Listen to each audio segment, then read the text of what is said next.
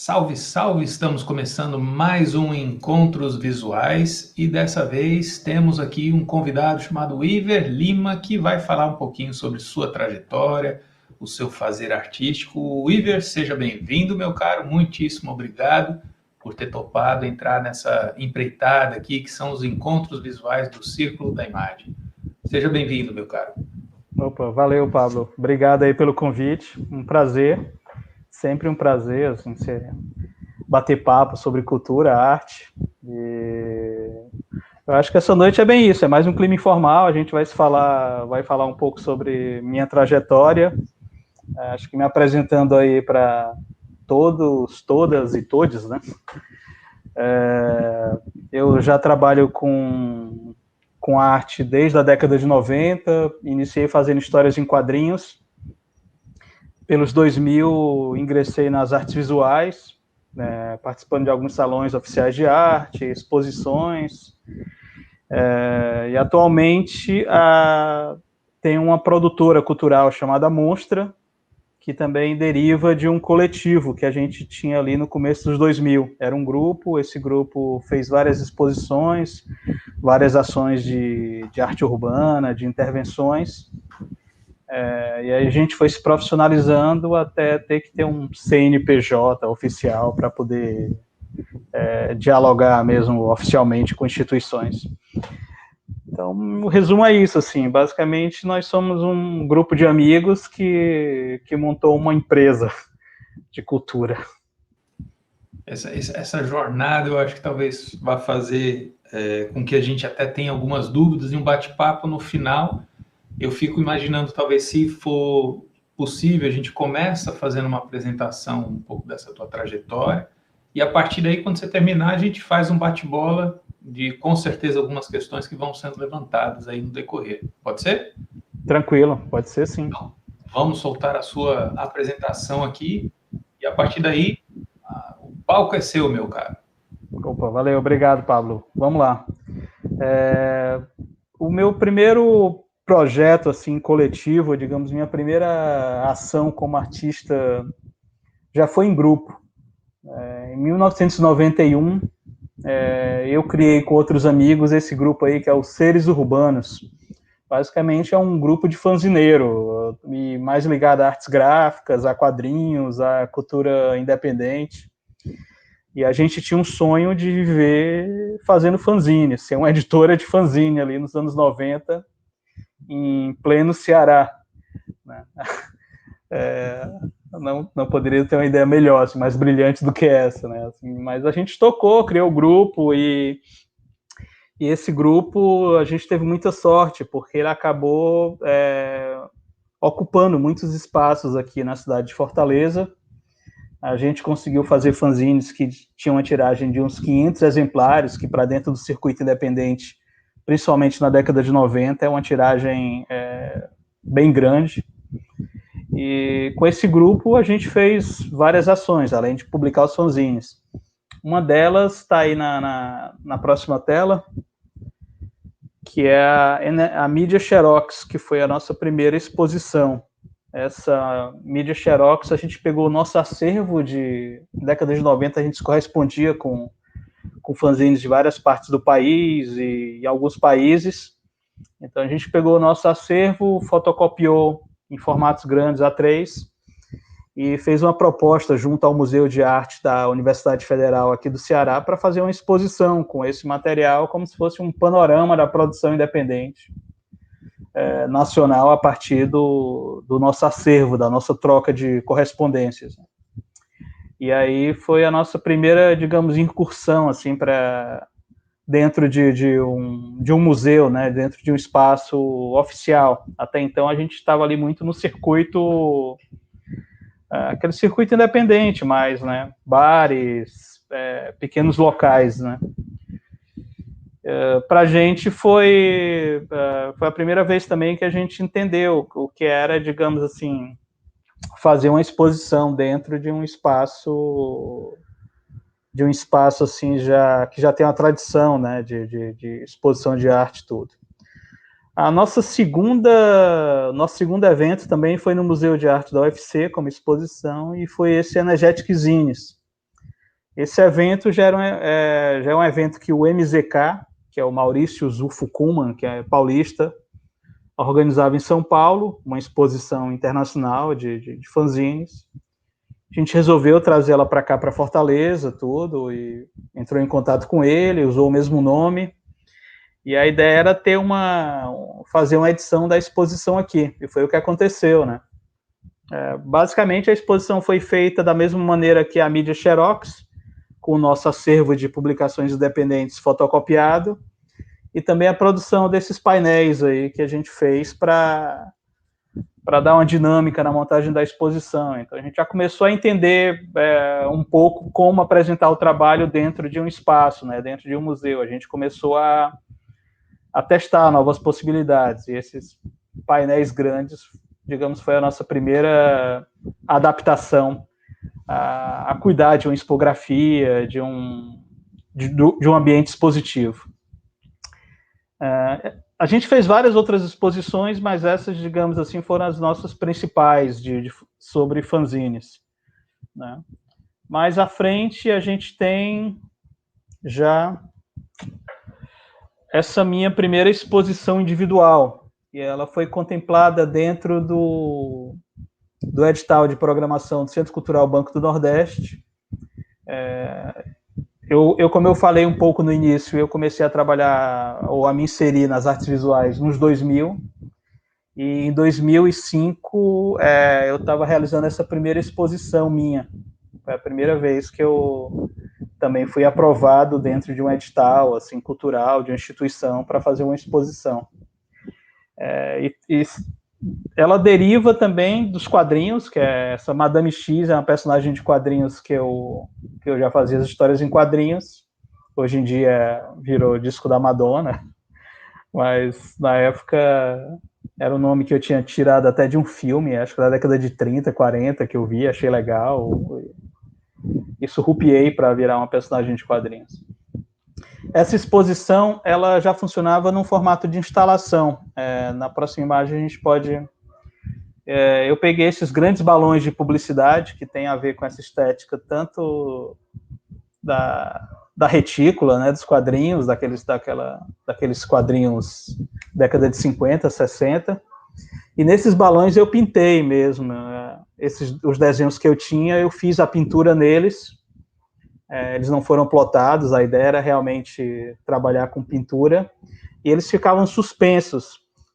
Do lado esquerdo vocês estão vendo uma sacada, e nessa sacada, na verdade, é onde quem fosse na exposição poderia contemplar os desenhos. Esses balões eles iam girando lentamente, e aí a pessoa conseguia, em alguns minutos lá parado, ver o desenho circulando.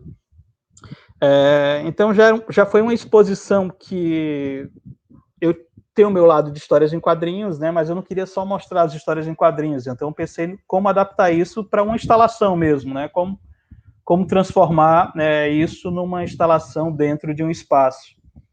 E essa exposição é isso, é uma instalação a partir de uma personagem de histórias em quadrinhos, a partir das influências dos meus quadrinhos.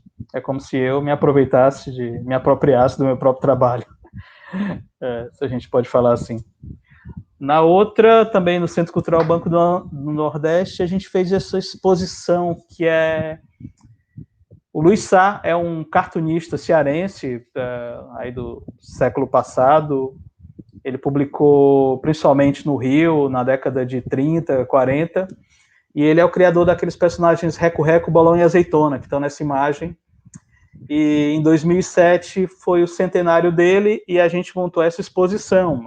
Aqui em Fortaleza, poucas pessoas sabiam que o Luiz Sá era cearense, então também foi uma exposição de resgate para mostrar para a cidade todo o trabalho do Luiz Sá.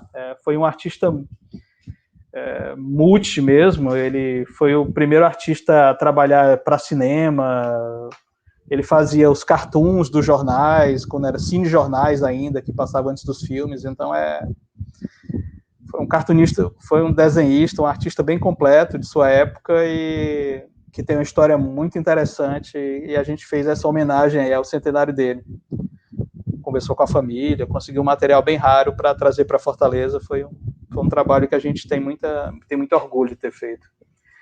O próximo, aí chegamos na Monstra, né, que é o que eu comentei também no início, que a gente começou como um coletivo, um grupo produzindo as nossas próprias exposições, e aí a gente virou uma produtora mesmo, uma empresa, né? E aí tem algumas ações do que a gente fez mais voltadas para as histórias em quadrinhos. A Monstra Comics, que é essa primeira exposição da gente, que foi um apanhado da produção independente local, nacional e internacional, sempre com pessoas que a gente, digamos, tem contato ou admira o trabalho. Essa exposição ocupou os 3 andares do sobrado do Dr. José Lourenço, que é um espaço aqui em Fortaleza, e a gente procurou fazer uma montagem em alguns momentos mais não tão convencionais, como na próxima imagem, eu acho que... Não, essa aí é o trabalho da gente, essa é uma tela minha, 2,5 por 1,5, acrílica sobre tela, que também deriva das histórias em quadrinhos. Essa é uma personagem que é uma garota mórbida que ela só cria animais mortos. Aí tem essa coisa meio cômica, o peixe dela tem uma lata de sardinha, o gato dela é empalhado, enfim, tem um pouco essa veia humorística dos quadrinhos aliadas à pop art. A próxima imagem é que tem esse detalhe da exposição. Essas tiras em quadrinhos, a gente lá no sobrado tinha essa escada muito íngreme para chegar no último piso do espaço. E aí a gente colocou essas tiras do gaúcho Rafael Sica, e quando a pessoa chega lá em cima, tem uma plaquinha chamada Descendo na Vida.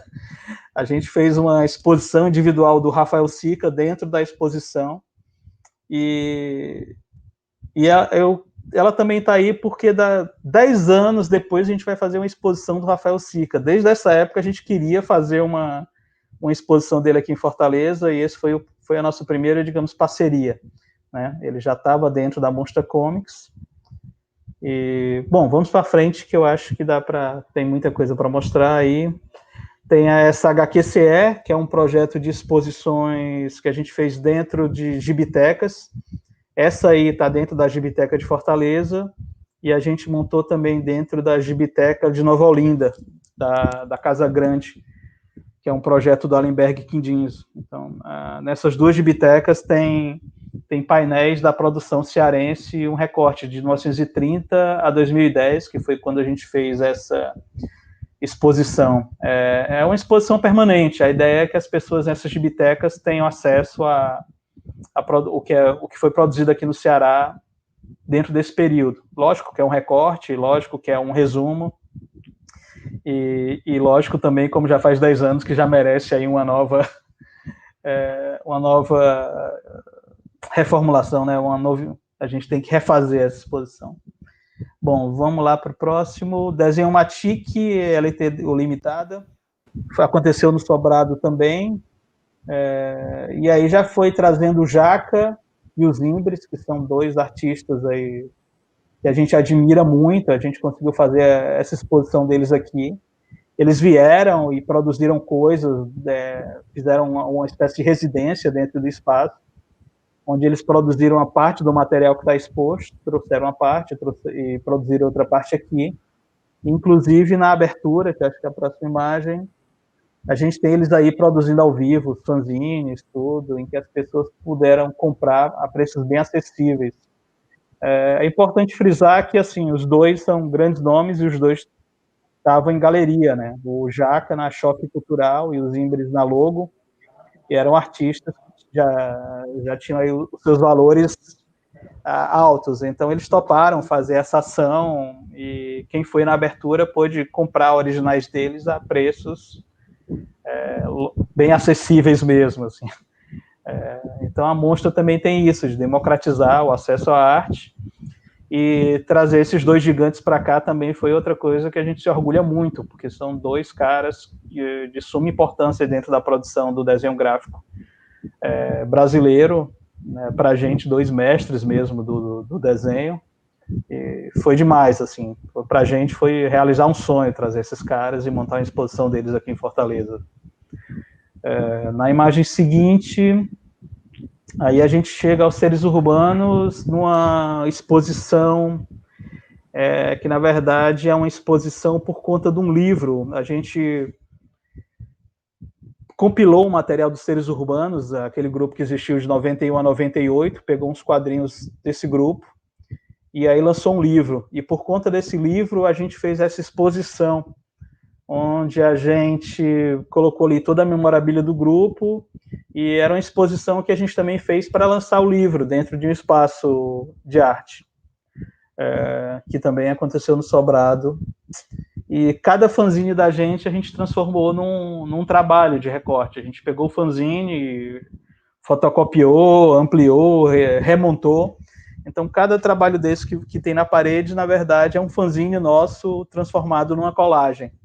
Então, a gente começou a brincar com o nosso próprio acervo também para fazer uma outra coisa, né? Tipo, transformar um fanzine numa colagem, assim, tentar resumir o fanzine numa imagem só.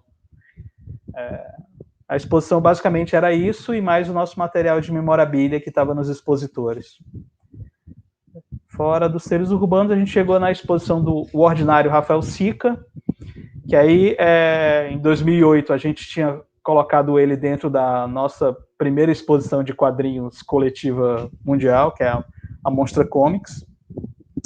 E aí a gente já fez o projeto para circular com essa exposição dele e inscreveu no Programa Nacional da Caixa Cultural. O projeto foi contemplado e a gente pôde circular com a exposição para o Fortaleza, Rio de Janeiro e Curitiba. E a gente estava bem empolgado, assim, tudo, e talvez assim, a ideia era circular mais esse ano também.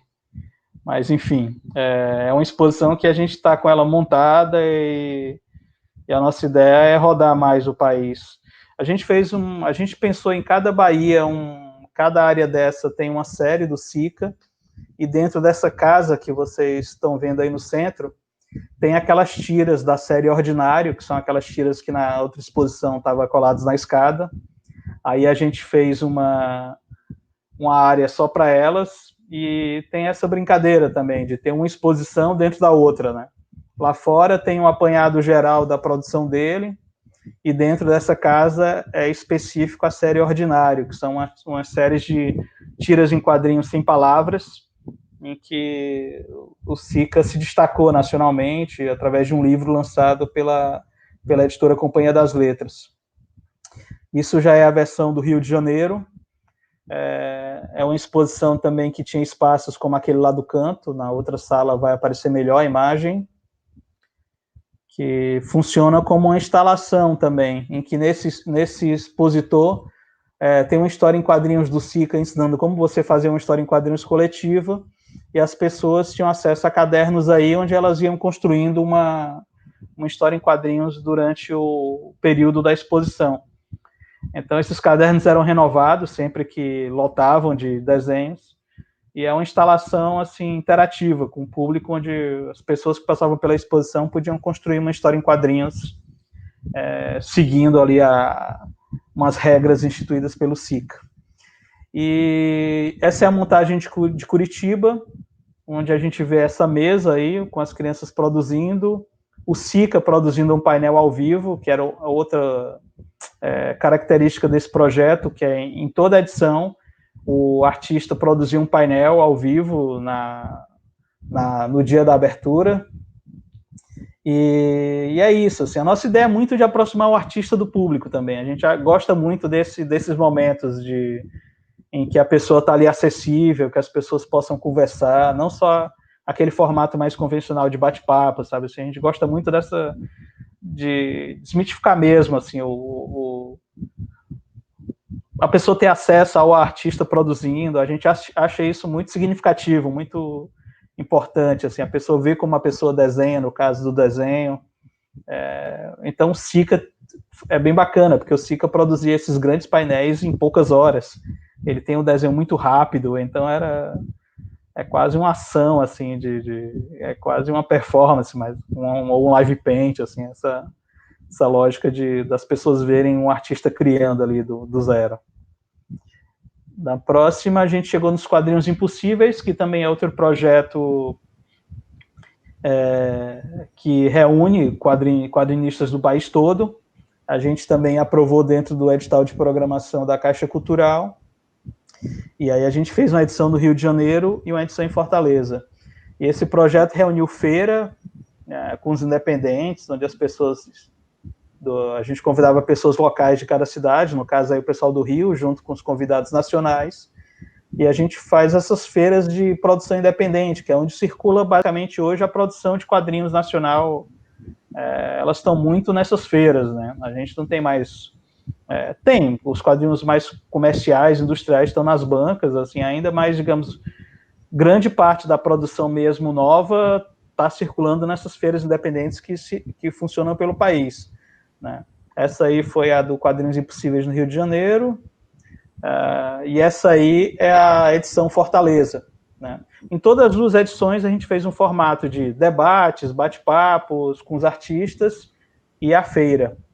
Esse evento ele tem esse formato de mesas de debates e feira, e é um projeto também que a gente consegue reunir toda, assim, uma boa parte da produção nacional e circular com ela.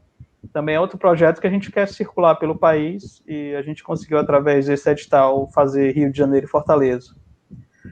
Eu acho que isso aí é um resumo do que é a Monstra e do que a gente tem feito nesses momentos. Assim, cada integrante do grupo também tem sua produção individual, como eu mostrei um pouco a minha. Então, a gente também está fazendo coisas, assim, tanto... Apesar de ser individual, todo mundo se ajuda. E a gente tem esses aí como uma empresa. Eu acho que é um resuminho aí da nossa trajetória. Pulei um bocado de coisa para também não ficar tão extenso, porque esses são os projetos, digamos, oficiais, aqueles projetos que a gente conseguiu ter um alcance maior de público. Enfim, conheci um pouquinho da produção, conheci um pouquinho por alto, e aí fiquei com algumas dúvidas já na época, quando eu entrei em contato com a sua produção, da Monstra, e a sua também. Me veio em mente um questionamento de tentar entender quem é ou como é o seu papel hoje, porque aí você é um empreendedor, você é um artista, você é etc, etc, etc. Então, assim, geralmente, todos nós temos que nos virar em 30 milhões, né? Sim. Você estando no Ceará, uma região que, de repente, a gente, querendo ou não, no Nordeste, você tem outro fluxo de uma economia, de um olhar para a produção, o que gera novos desafios também. Mas, assim, como é que você se posiciona hoje, cara? Se é que isso é possível, né? Você se considera como? E dentro da outra dúvida, assim, achei muito fantástico os trabalhos da Monstra e queria entender quem é a Monstra, como é que se constitui a Monstra nesse sentido. Ok, vamos lá. Quando a gente começou, quando eu comecei a trabalhar com arte, assim, eu imaginava que, assim, fosse ter as funções muito definidas, né? Eu seria o artista, teria o produtor, teria o curador, teria... E, na verdade, isso nunca existiu, assim, né? Como a gente tinha uma produção muito ligada à produção independente, a quadrinhos, não tinham produtores ligados nisso, assim, ou que entendessem esse universo e fossem produzir eventos para convidar a gente. Então, a gente acabou, metendo as caras, né? Assim, pô, como é que os caras fazem um projeto? Como é que os caras fazem uma exposição? Como é que os caras... A gente começou a circular nesses ambientes e começou a aprender, olhando, conversando com outros profissionais, e a gente foi aprendendo na marra mesmo, assim. Então, se você me perguntar muito, claro, assim, como você se define, geralmente eu tenho o meu papel como artista na minha produção, e aí eu tenho outro papel como pesquisador, curador, e outro como empresário de mim mesmo e do grupo, assim, que a gente tem que fazer aquilo de escrever um projeto, encaminhar, saber lidar com questões legais, saber fazer uma prestação de contas para conseguir continuar fazendo esses projetos. Então tem que ter tem toda uma sobrecarga que, lógico, nós não gostaríamos de estar passando por isso. Assim, o ideal é que realmente tivesse essa divisão, cada profissional da sua área ali direitinho, né? Então, foi mais uma necessidade mesmo. Foi como a gente vai fazer? Para a gente fazer, a gente tem que meter as caras e se desdobrar mesmo. A Monstra em si, como empresa, ela vai derivando desse grupo de artistas também, né? E enquanto coletivo, nós já chegamos a ter um grupo de 20 pessoas, assim, com colaboradores. Mas tinha um grupo ali, um eixo central, que eram 8, que basicamente esses 8 ali é o grupo mais, digamos, mais coeso ali, aquele pessoal que vai montar a exposição, aquele pessoal que faz o trabalho de engajamento, de produção, aquele corre mesmo de fazer a coisa acontecer. E mete a mão na massa, né? Que mete as caras e a mão na massa. Para vocês terem ideia, tipo, muitas dessas exposições a gente montou mesmo. A gente não pôde contratar uma equipe de montagem. Assim. Então, foi a gente que foi lá fazer toda a montagem da coisa. E aí chegou nesse momento em que a gente virou uma empresa e a gente começou, digamos... Depende muito do projeto, sabe? Tipo, quando o recurso permite que a gente contrate um profissional para executar algumas ações, por exemplo, a do SICA, a gente precisava de alguém de marcenaria para fazer aquela estrutura toda da casa, tudo. A gente precisava de um arquiteto para planejar tudo. Então, foi possível, né? Nesse, especificamente, a gente conseguiu contratar esses profissionais para fazer isso, apesar da gente fazer todo o rascunho ali, de mostrar, olha, a gente quer que tenha esse aspecto mesmo precário, essa coisa de remontagem. Então, a gente é que foi lá nesses locais de descarte, de ferro velho, pegar essas madeiras todas, colocar num carro, levar lá para o cara, para mostrar, olha, a gente quer com isso. Porque também essas pessoas, elas têm aquele trabalho convencional delas, né? Elas saberiam fazer da maneira como elas estão habituadas a fazer. Então, o cara ia fazer os móveis perfeito ali, de madeira. Então, como a gente está lidando com arte, com isso especificamente, a nossa demanda, muitas vezes, carece de profissionais que tenham uma certa sensibilidade também artística, né? Que entenda isso. A gente foi atrás de um primeiro carpinteiro que o cara disse que era impossível fazer. Assim, então, a gente chegou lá, o cara falou, não, isso não vai dar para fazer, essa mesa vai ficar feia. A gente fala, mas é para ser feia mesmo, né? Se ficar bonita, a gente não te paga. Assim. A gente brincava muito com isso. Então tem isso, tem muito isso de se fazer entender. Então a Monstra hoje em dia, como empresa, ela está com CNPJ só no meu nome. Né? Ela já chegou a estar todos os 8 lá no CNPJ, as pessoas foram saindo, alguns foram virando MEI, e realmente a gente está dentro de um mesmo CNPJ, em alguns momentos até atrapalhava, porque a gente aprovava o projeto como Monstra, e a pessoa que ia fazer o trabalho de design está dentro da Monstra, e a gente não poderia dar nota para nós mesmos, né? E aí a gente teve que a pessoa sair, abrir um MEI, para ela poder fazer o trabalho quando a gente aprovasse. Então tem todos esses detalhes assim também legais que a gente foi aprendendo no curso da coisa. Então hoje a Monstra é isso. A Monstra é uma empresa em que ela tem um guarda-chuva de colaboradores que deriva desse coletivo. A minha esposa, que é historiadora, ela participa também, para vocês terem ideia de como a coisa é muito, muito ligada assim, a amizades. E dentro da empresa tenho amigos aí mais de 20 anos, então, apesar de ser uma empresa, está mais ligada a isso do afetivo, né? E também tem a facilidade de se fazer entender, né? E, além disso, tem empresas que colaboram com a gente. Então, tem outras produtoras que, por exemplo, a gente tem que fazer um corre com um produtor cultural, então tem algumas empresas que a gente contrata. Precisa fazer assessoria de imprensa. Isso já é um métier que a gente seria loucura, gente. É outro universo. Então a gente contrata uma assessoria de imprensa mesmo. Eu acho que cenografia, expografia, essas coisas a gente se mete a fazer, mas com a ajuda de profissionais também. perfeito, perfeito. Eu acho que a gente, quando se pensa na produção artística, a gente, querendo ou não, temos que ter o nosso limite até um certo ponto, né? Porque depois disso começa a virar um embananamento, você não vai desenvolver uma técnica ou um conhecimento que precisa só para uma função que talvez não caiba a gente, né? Por Apesar de exemplo, ser muito difícil, né? Porque a gente tem que se virar e se manter se virando, mas é outra questão.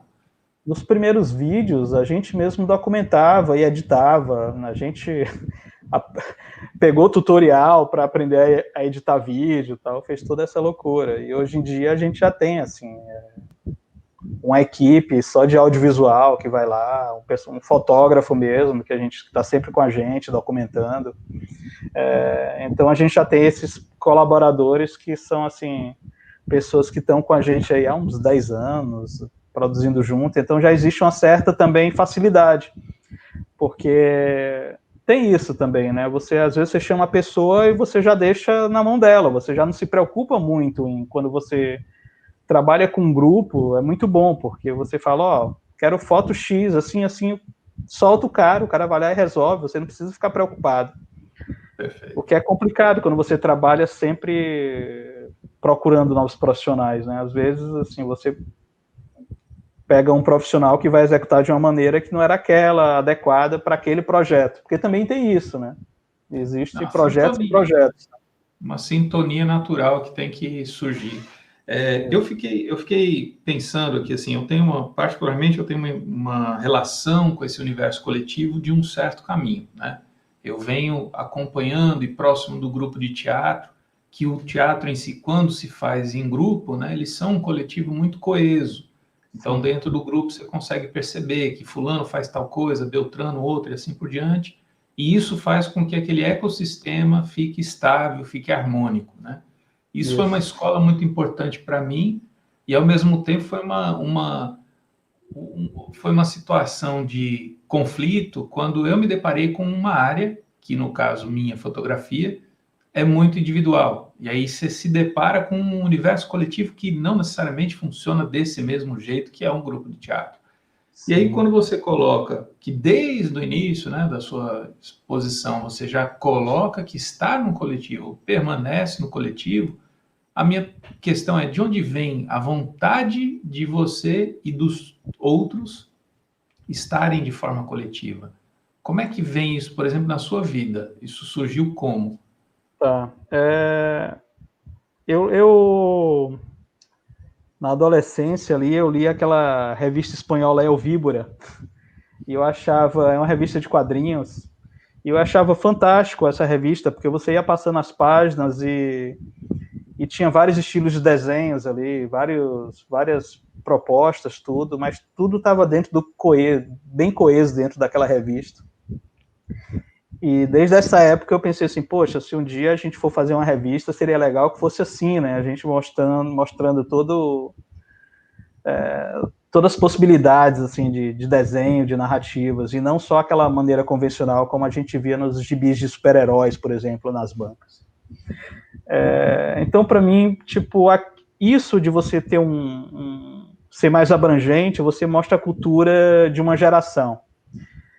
Acho que o Tamburini, que é um quadrinista italiano, ele fala isso em algum momento, em que você trabalhando só, você pode produzir grandes obras, pode realmente tocar grandes projetos, mas você trabalhando coletivamente, você cresce muito, assim, nesses impasses mesmo, assim, diário, de você tá fazendo uma coisa e não tá enxergando o que você tá fazendo, de repente a pessoa do teu lado te dá aquele toque e tudo, Então, o coletivo, ele te engrandece, assim, isso é uma coisa que para mim sempre foi muito clara, assim, isso do trabalho coletivo é muito importante para você poder amadurecer seu trabalho, poder entender, se enxergar.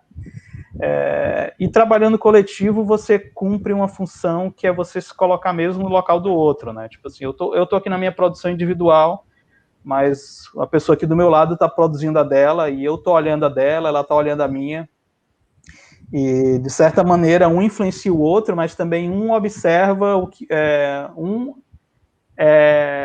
está observando o trabalho do outro e está sendo assim uma espécie de curador do outro, né? Nessa autoajuda e um se ajudando, um ajudando ao outro ali para amadurecer seu trabalho. Então, o coletivo foi até uma maneira assim da gente se proteger e se ajudar e produzir mais. Para mim ficou muito claro assim, quando a gente trabalha em grupo, o quão rico é. E às vezes que eu fiz alguma coisa só, que foram muito assim, bem poucas, geralmente eu já sentia a necessidade de, poxa, eu tenho que conversar com alguém sobre isso para saber se o que eu estou fazendo mesmo procede, sabe assim? Porque às vezes você está ali. Bom, criação artística é isso, né, cara? Você está muito dentro de si mesmo, então às vezes você está fazendo coisas que você está achando que é aquilo e quando mostra, de repente não é nada daquilo. Assim. Então é muito fácil você sozinho cometer equívocos, né? Não que em grupo você não cometa, pode cometer também, mas acho que as chances são menores, assim, existe Tá mais existe, amparado, né? Você tem um amparo. existe um diálogo ali, existem mais olhares sobre o que está sendo produzido. Eu acho que coletivo aí. No processo que você expôs, assim, muito da dinâmica, até pela sua fala, fica muito claro que vocês fizeram processos dessa curadoria, né, de como pensar, onde colocar. Não é uma pessoa, são várias pessoas envolvidas ali, acho que isso fica muito Total, claro. E aí fiquei pensando sobre sua produção, dentro do que você expôs, dentro do que você produz, se você tem uma sistematização de esse grupo é o seu grupo de curadoria, existem outras pessoas que também permeiam a curadoria, que aí é o seu trabalho pessoal, né? Como é que você enxerga ele diante de todas essas relações que você foi construindo ao longo da trajetória, né? Vai ficando muito natural com o tempo, né? Isso da colaboração de, por exemplo, tem um projeto meu que é de viagens pelo sertão, que começou basicamente eu e a minha esposa viajando e fazendo algumas intervenções, algumas pinturas em casas abandonadas pelo sertão do Ceará. E no começo era mais a gente aproveitando viagens e fazendo isso, ela fotografando, a gente conversando sobre aquilo. E aí quando volta para cá a gente mostra para os nossos outros amigos assim que também estão ali produzindo e existe mesmo esse trabalho colaborativo de curadoria. E nesse projeto específico é interessante porque a gente fazia umas pichações, uns grafites que em alguns momentos incomodavam as pessoas. E alguns desses foram apagados no sertão. E a gente pensou assim, nossa, por que estão apagando? E a gente até ficou curioso para saber o que é que fazia as pessoas dessas regiões apagarem somente aqueles grafites e não os outros, sabe? Então a gente começou a pensar assim, pô, será que a gente poderia produzir um trabalho que as pessoas não se sentissem incomodadas a ponto de apagar? E a partir dessas discussões a gente começou a surgir várias ideias. Uma das ideias que a gente teve uma época foi fazer uma exposição que chamava 13 obras que você não colocaria na sala da sua casa, que era já brincando com isso, com aquela ideia de quadros que as pessoas querem ter para ornamentar. Então a gente ia fazer quadros que as pessoas não querem. E a gente colocava esses quadros na rua e ficava filmando para ver as pessoas pegando isso e se as pessoas levavam. Assim, eram quadros tipo aberrativos, sabe? Com imagens de baratas, umas coisas meio assim que uma pessoa em sã consciência não ia querer assim pegar. Mas a gente queria muito ver isso. Qual seria a reação das pessoas encontrando esse material na rua? E as pessoas levavam, sabe? E aí a gente começou a falar, nossa, a gente é muito incompetente, que a gente faz uma coisa para desafiar as pessoas, para elas não levarem, elas levam, né? E já esse outro projeto, não, a gente já queria fazer isso. Como a gente produzir um trabalho que não incomodasse as pessoas. E até a gente conseguir entender o olhar das pessoas de outras cidades, tudo, foi um trabalho que deriva um pouco isso, do nosso trabalho coletivo, né? Enquanto a gente produz só para a gente, só para o meio artístico, só para pessoas iniciadas que têm acesso a instituições, é uma lógica. Quando a gente já vai para o campo em locais que nem tem espaços culturais, nem tem vivência sobre isso, é outra realidade completamente diferente. E a gente falou, poxa, será que a gente consegue chegar nessas pessoas, não fazendo aquela coisa decorativa, não tornando a coisa, digamos, não banalizando, mas que elas percebam que, tipo, que isso é arte e elas têm um certo apreço por aquilo. Foi o nosso desafio nesse projeto. E em alguns momentos, assim, as pessoas compreendem mais pela beleza. Elas vão lá e dizem assim, olha, tá bonito, tá belo, então respeitem quanto arte. Em outros momentos, quando tem alguma imagem ali que incomoda, elas falam, olha, tá bonito, mas essa imagem é isso, sabe? Então, esses momentos também de diálogo com as pessoas, eu acho que a gente está fazendo um trabalho importante, no sentido de fazer com que as pessoas tenham acesso àquilo e criem narrativas, criem discussões, ou debatam sobre aquilo, ou pensem sobre aquele tipo Que gerem produção. sentido, às vezes, né? Que gerem um Isso. sentido, simplesmente. Porque, no final das contas, sem essa base, o público, como é que ele vai criar uma relação com aquilo, né? Por que é que ele precisa criar uma relação com aquilo? Esse trabalho, eu confesso a você que eu acho que vocês estão solucionando um problema nacional, então se prepare. A gente está... Bom, é um projeto que, inclusive, ele foi contemplado também. Já rolou uma exposição dele aqui em 2016, e é um projeto que a gente está tocando nesse momento para estar documentando, vai virar um documentário, filme mesmo. Era para ficar pronto comecinho do próximo ano, mas com essa pandemia aí eu acho que a gente vai atrasar um bocado. A gente respira, aproveita para decantar, aproveita para, né, trabalhar as legendas, qualquer coisa do tipo. Cara, muito massa. E tem uma outra coisa, assim, voltando até um pouquinho para uma coisa que você fez, que é colocar a produção dos quadrinhos dentro de uma ótica que é obra de arte. Então,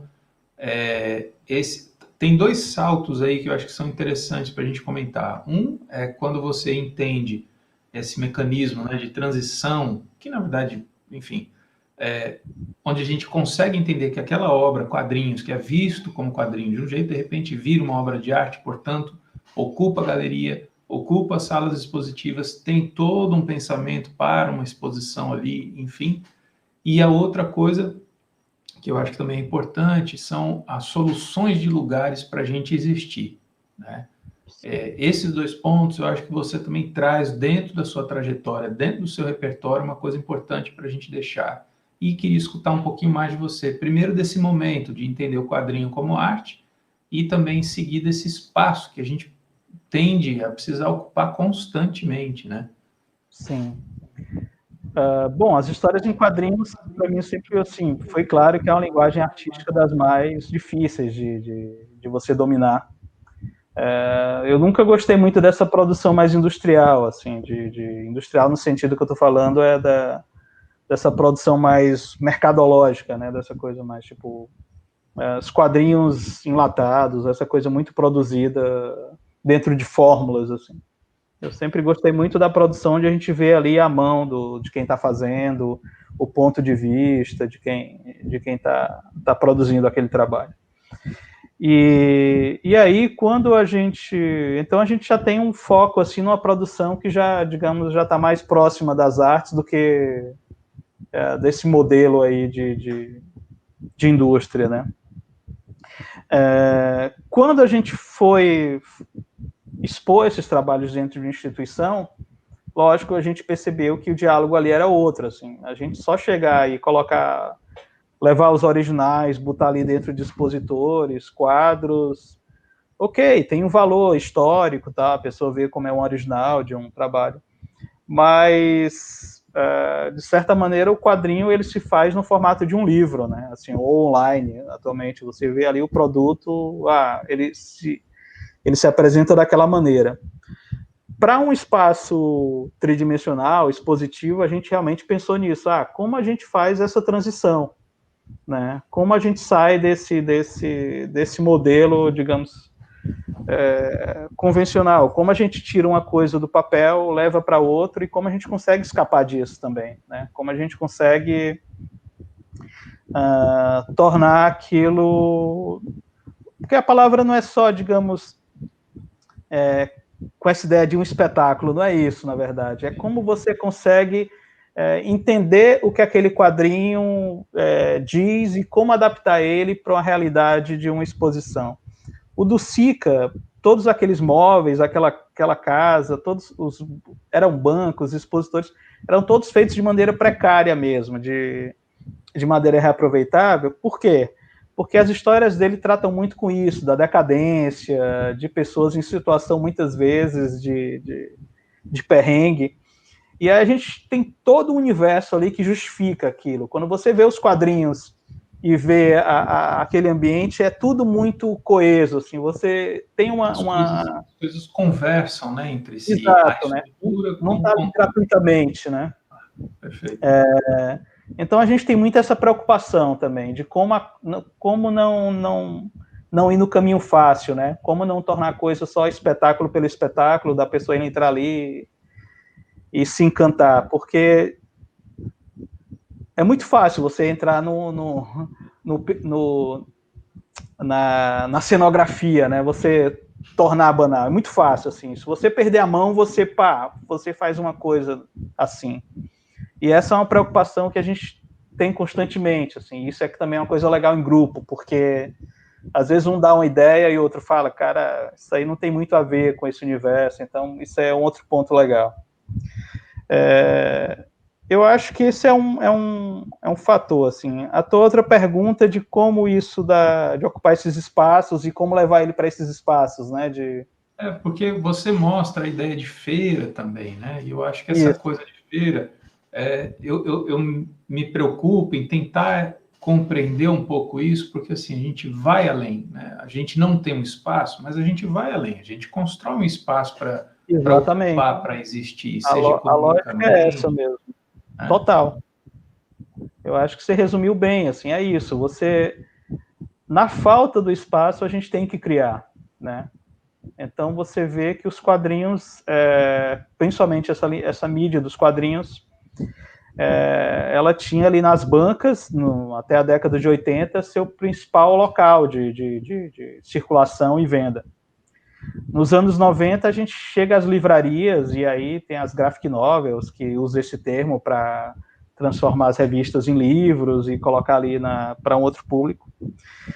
Mas isso não soluciona a coisa, assim. Isso, lógico, chegou na livraria, vai dar um certo respeito também, que é uma coisa meio também só, digamos assim, instituída, né, para dizer, para de repente ser mais respeitado como arte, assim. Já que está no formato livre, já que está numa lombada quadrada. O valor que fica para o autor vai reduzindo, então, conforme vai subindo a escada, o valor do artista vai caindo, né? Enfim. Isso, resumiu. E aí agora a gente está numa época em que o mercado editorial está super mal, né? Assim, é uma realidade que você vê a Amazon chegando e quebrando grandes livrarias também. Então, e toda uma produção de quadrinhos independentes, toda uma geração que publica ali seus livros em tiragens 200 exemplares, 500, 1000, não tem espaço nas bancas, não tem espaço nas livrarias, e vende seu material muitas vezes pela internet, o que de certa maneira ajudou muito a digamos, você comercializar, você tornar acessível o seu produto para qualquer local do país, do mundo, mas também não resolve o problema, porque muitas vezes a pessoa também não tem acesso ali ao objeto, e muito da produção atual, ela é muito calçada no tátil, no artesanal, muitas vezes você vê publicações em que as capas têm ali interferências de serigrafia, de várias técnicas de impressão, que só você vendo mesmo, pessoalmente tocando, você, poxa, né, que interessante isso, que por uma fotografia não te passa isso, né, assim, você não tem o toque ali. Então, as feiras são um local onde você realmente consegue mostrar o seu produto, né? Assim, o objeto, digamos, o seu produto, ou digamos, o seu trabalho, obra de arte para chegar no público, né? E aí é um caminho que se abriu aí mais ou menos nos 2010, e hoje em dia também, assim, algumas pessoas comentam, tá cansando um pouco esse formato feira, né? Já tá se observando também isso, assim. Nesse momento a gente está com a pandemia, a gente está com um intervalo aí desses eventos presenciais, mas Acho que essa canseira vai ganhar um pouquinho mais de tempo lá na frente, né? Porque a eu acho que saudade está agora a gente vai grande ganhar uma agora. sobrevida aí, né?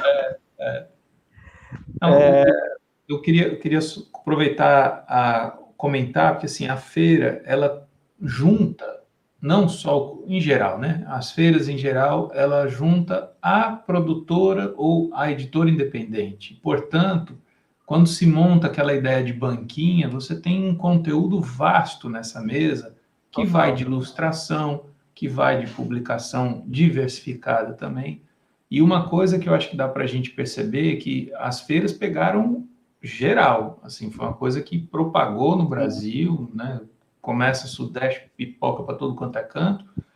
E aí tem uma coisa do livro de artista que fica um pouco mais evidente, inclusive das maneiras que você vai ter de solucionar a estrutura material também, né? A gente está falando dos quadrinhos, a gente vai falar também de livros de fotografia, vai falar de livros de etc, etc. E às vezes os caras inventam umas encadernações surreais, ou seja, para além do que você tem na superfície papel, que é exclusivamente organicamente real ali, né? Você ainda tem a superfície plataforma. E, de novo, assim como uma exposição, quando o material e o conteúdo se funde e faz o mesmo sentido, é uma obra de arte que você tem ali por, Total. sei lá, né, uma experiência de 50 tiragens, sei lá eu. Nessas feiras você encontra um material, tipo assim, uns livros objetos, uns livros experimentais mesmo, em que as pessoas discutem o formato livro, né? Em que as pessoas trabalham tentando extrapolar essas limitações. Isso é um campo vastíssimo e que, mais uma vez, assim, é impossível levar isso para uma escala fordista, assim, colocar isso dentro da indústria. Tipo, isso você faz realmente em baixas tiragens, porque isso você faz ali mesmo, manualmente, muitas vezes com a interferência real de quem está produzindo, e às vezes um erro abre outras possibilidades. Então, é um campo de pesquisa que dá para você enlouquecer só nisso. Assim. Né? O orçamento vai todo embora ali também, né? Mas tudo bem.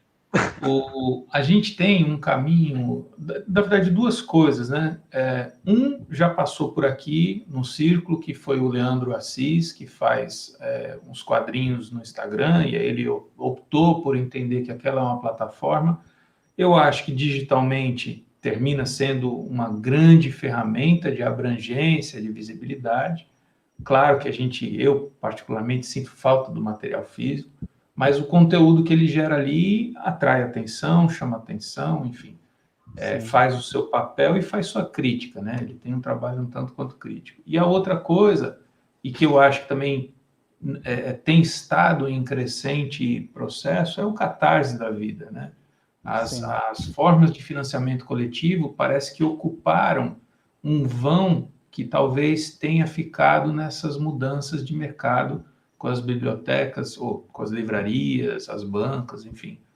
Total. Não sei como é que é essa dinâmica dos financiamentos coletivos, mas me parece que a gente tem aí uma circularidade, pelo menos ajudando a manter, né, essa produção. Isso é interessante porque, assim, você tem o público financiando aquilo para que aquilo exista, né, digamos. Você tem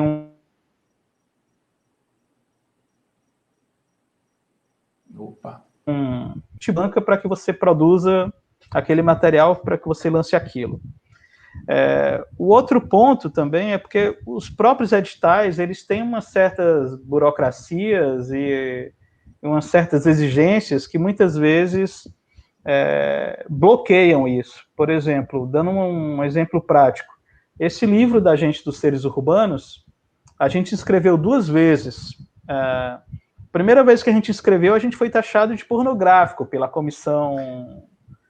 A comissão técnica aprovou o livro, mas alguém jurídico pegou o livro, por ser quadrinhos, abriu ali e falou: isso é pornografia, isso não é para criança, sabe? Assim, olha a confusão que o cara faz. E lógico que o livro não era para criança, porque é um quadrinho que a gente está ali direcionado ao público adulto, mas a pessoa tem aquela convenção de que se é quadrinhos é para criança, e enfim. No edital não tinha falando que a produção era só para criança, mas o cara, na cabeça dele, deduziu: isso vai ser para criança, não pode. E a gente passou anos para tentar, numa burocracia, digamos, nossa, gente, como é que pode? A gente aprovou o livro e uma pessoa dentro da secretaria tá bloqueando a gente de receber o recurso para imprimir. E era uma verba somente para impressão do livro. Né? Detalhe, né? Detalhe. E aí a gente tirou essa história lá, digamos, que poderia ter um problema, inscreveu o livro novamente no edital seguinte, contemplamos novamente, o livro saiu, mas tipo, uma coisa demorou 5 anos para ser publicada, sabe? O material que já estava pronto. Então tem todos uns detalhes também que... Isso porque, assim, a gente, de certa maneira, sabe lidar com isso, aprendeu a fazer um projeto, mas imagina quem está querendo fazer um projeto de início, é muito complicado. A gente volta e meia bate com os amigos que eles falam: cara, eu não sei fazer um projeto, eu te juro, eu não sei. Porque é tanta burocracia e tem umas exigências ali de relevância cultural que muitas vezes, tipo, boa parte da produção nacional não se encaixa dentro de um edital, porque tem as pessoas que vão julgar muitas vezes não entendem aquele meio ou aquele universo, né? Principalmente quadrinhos, que é uma mídia ali que não é pura, né? E aí cai nesse ponto. Quando a gente vai para financiamento coletivo, você já vê uma produção interessante, porque já é o contato direto com o público, né? Então, já existe as pessoas que acreditam que aquela produção deve existir e financiam para que ela exista. O que é fantástico, assim, digamos, é o marchando futuro, assim. É o que rola aí e é o modelo que eu acho, digamos, mais feliz também para você fazer o seu trabalho. E aí tem umas questões, né? E aí a gente entra nas questões delicadas, que é isso também a pessoa está pagando a impressão de uma publicação, a pessoa está pagando um percentual para aquilo acontecer, mas uma parte daquilo vai para a plataforma que está ali, que foi criada para isso. Isso me incomoda um pouco, assim, sabe?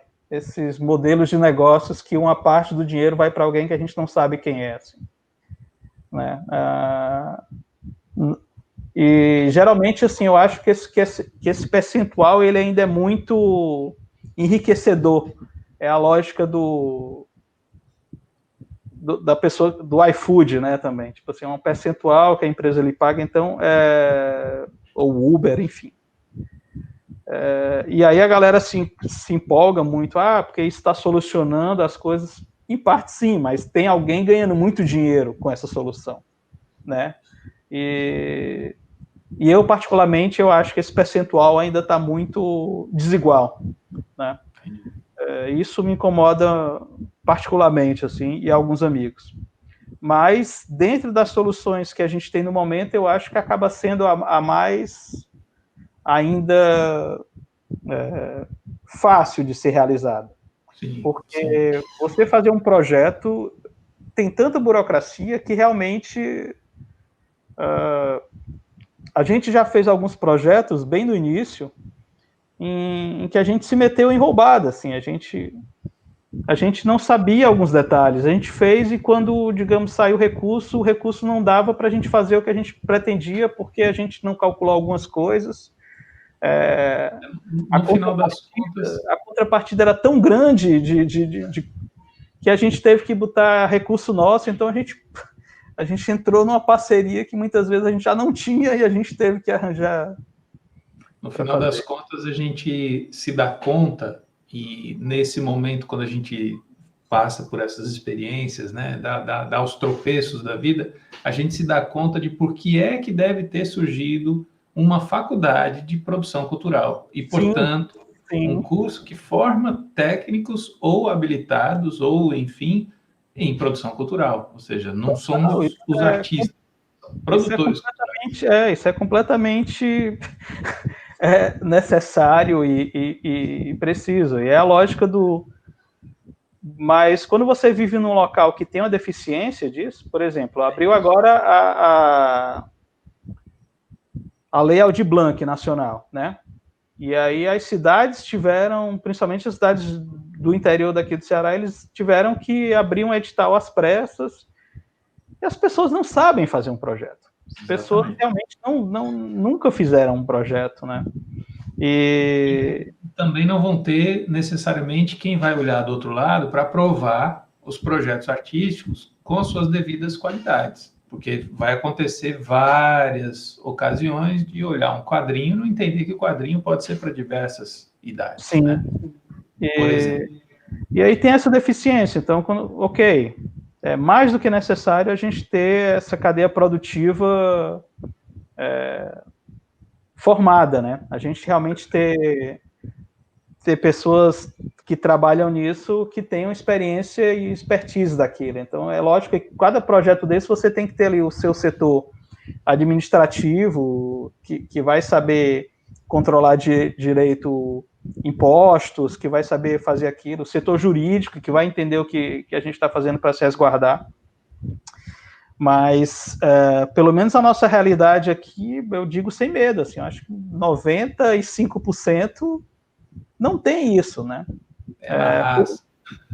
Não tem, e não tem porque não dá para ter, assim, não dá para...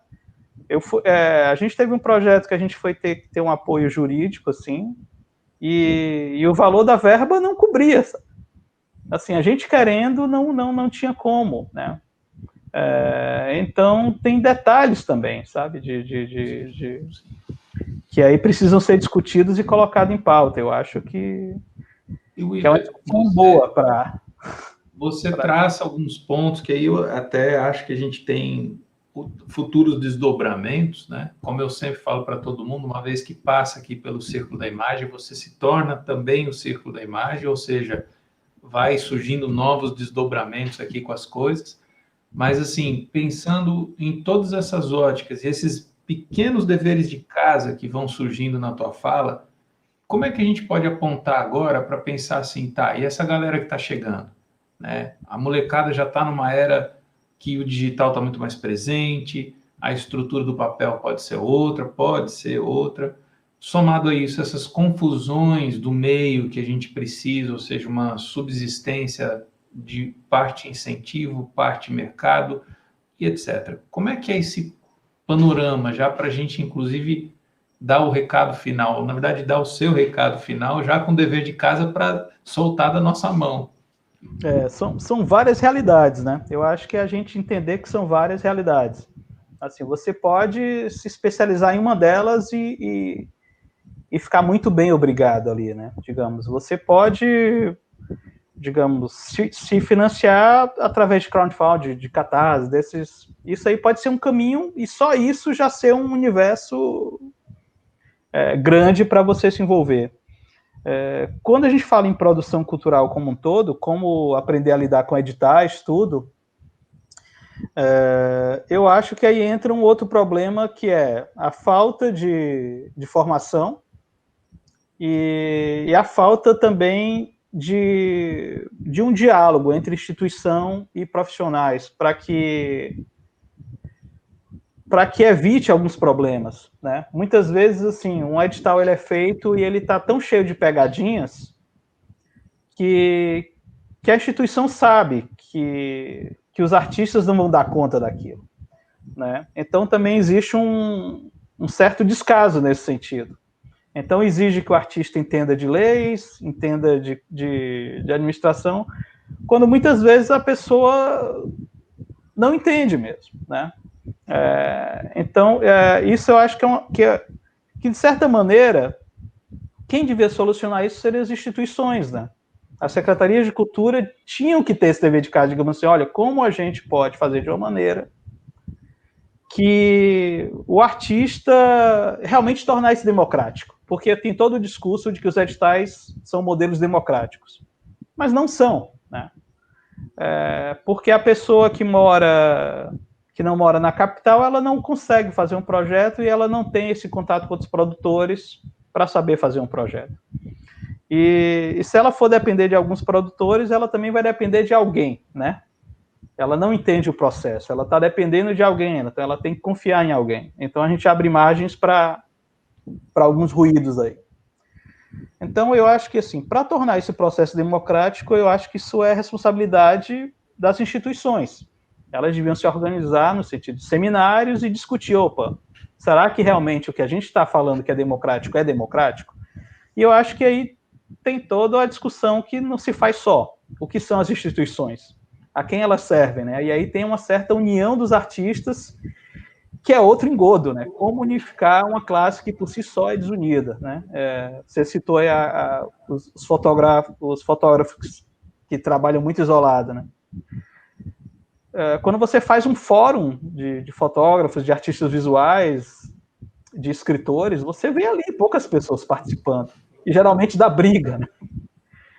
Então, é lógico que uma instituição ela não vai mudar se não existe uma organização anterior nossa para fazer com que ela mude. Assim. Então, tem sempre um passo a passo, que é 2 passos atrás, que, na verdade, a gente tem que organizar primeiro a nossa classe para poder exigir que a instituição faça o que a gente quer.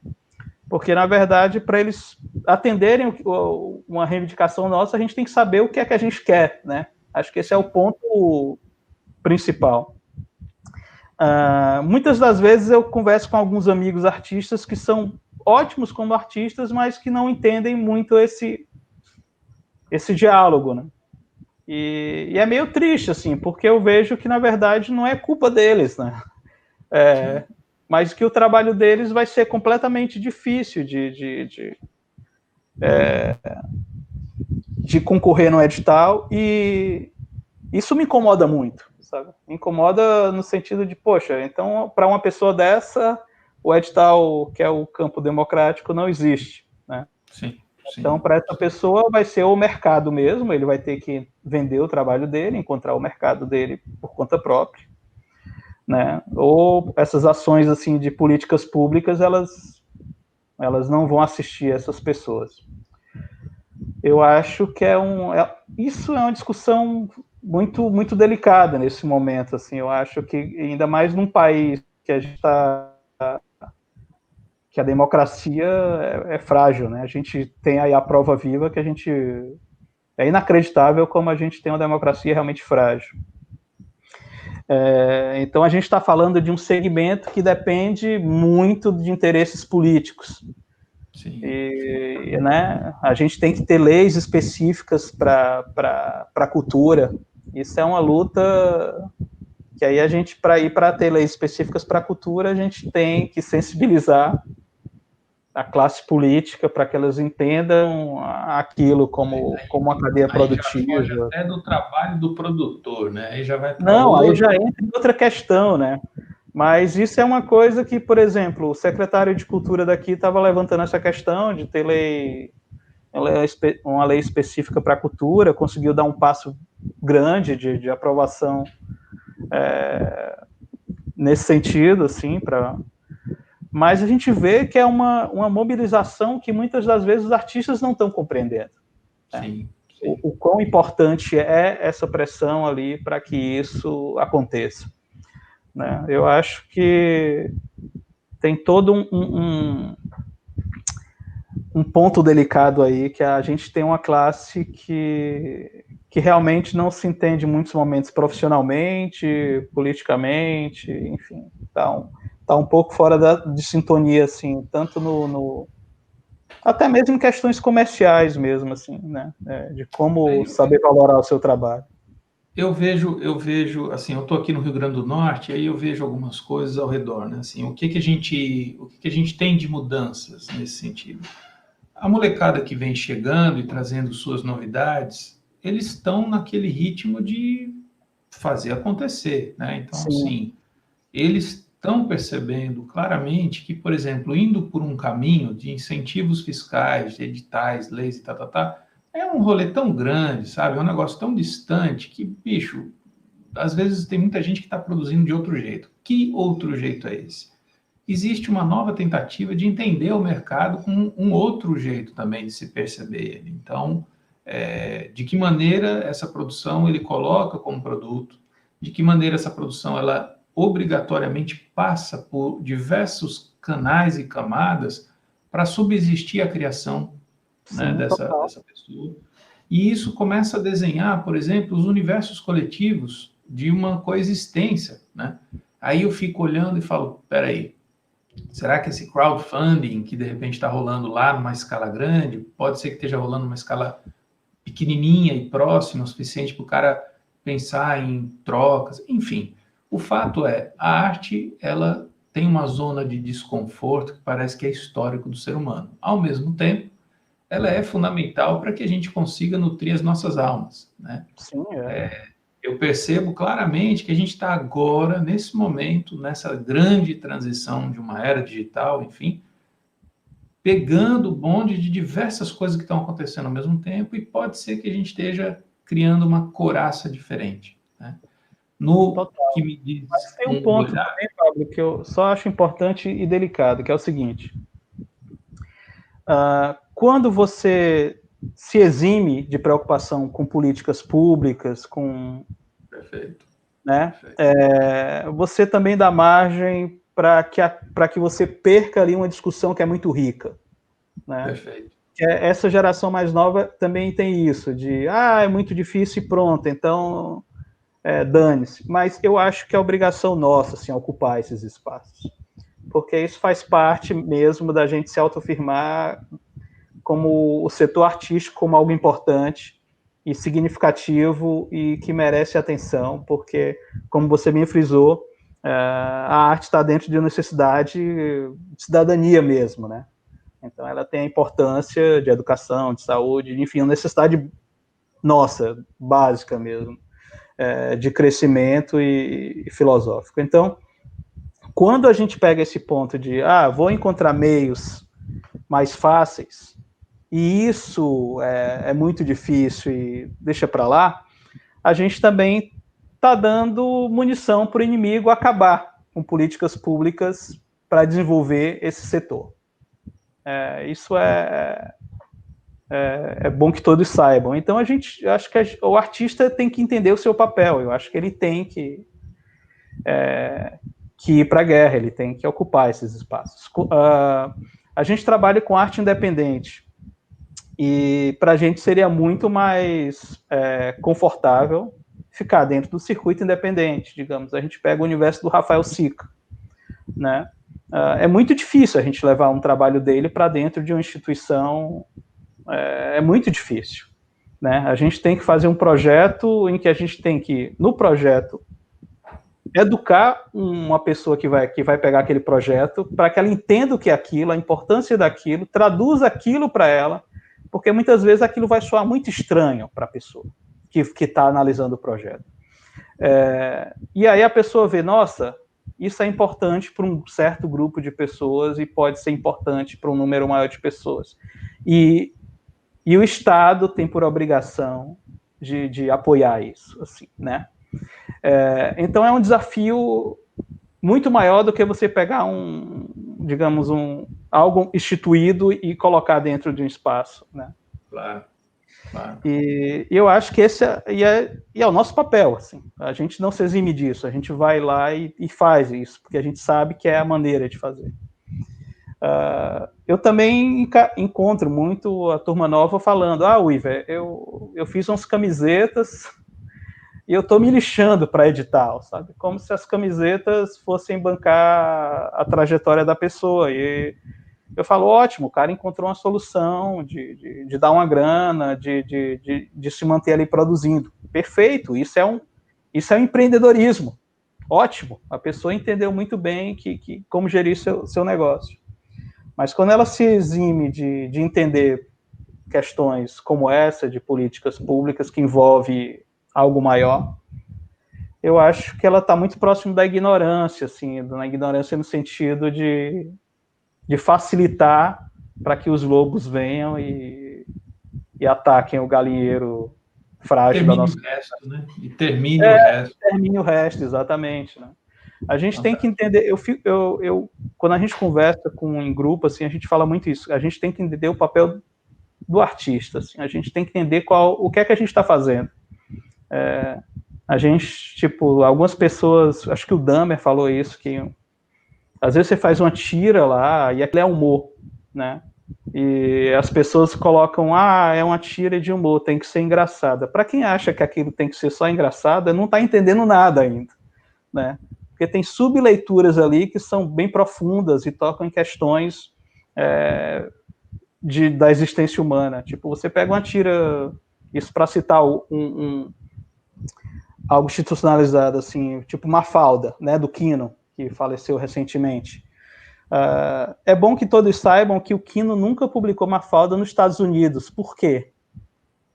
Sabe? Tipo, tinha um poder ali naquele material que ele fazia, tipo, que incomodava os sindicatos americanos. Eles nunca se interessaram em publicar e boicotaram, a ponto da que a tira Mafalda nunca fosse publicada lá. Então, tem questões delicadas de arte que vão além, e tem um termo que é o soft power, né? Que a gente está numa guerra constante. A arte é muito ligada a isso, ao poder leve. A gente tem o poder cultural também, ele tem essa dominação, né? Quando a indústria estraga uma área como o cinema, os filmes de heróis ocupando 90% das salas, eles vão destruir uma cadeia do cinema, né? Do cinema mesmo de bairro, de shopping. Tipo assim, se você tem 90% só para isso e 10% para todo o resto, tá errado, né? Mas é assim que essas pessoas fazem guerras culturais no mundo, né? Eles ocupam esses espaços e a gente também tem esse campo muito frágil, assim, aqui no nosso país. Não é de hoje, a gente sabe, né?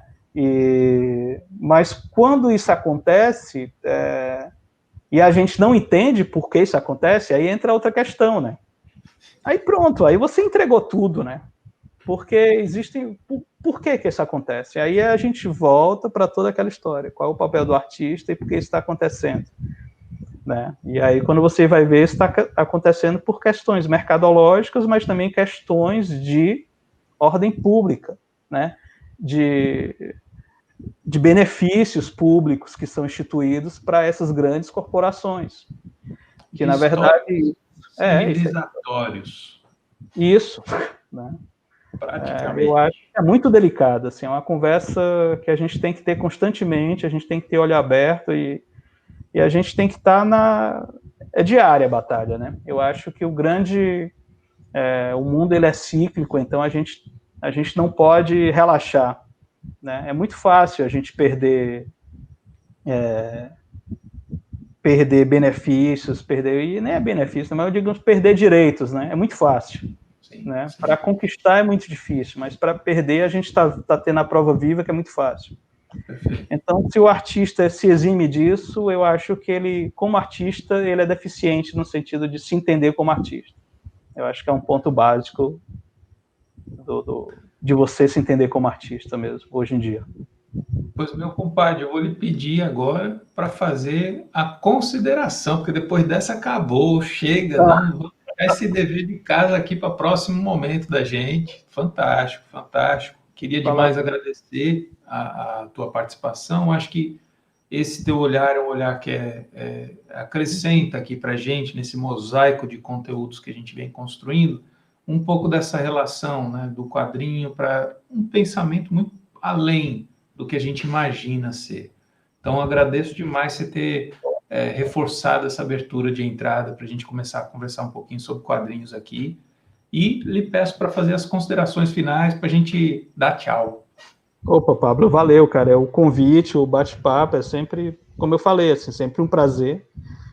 Principalmente quando a gente tem essa possibilidade de conversar, de tocar nessas questões, assim, que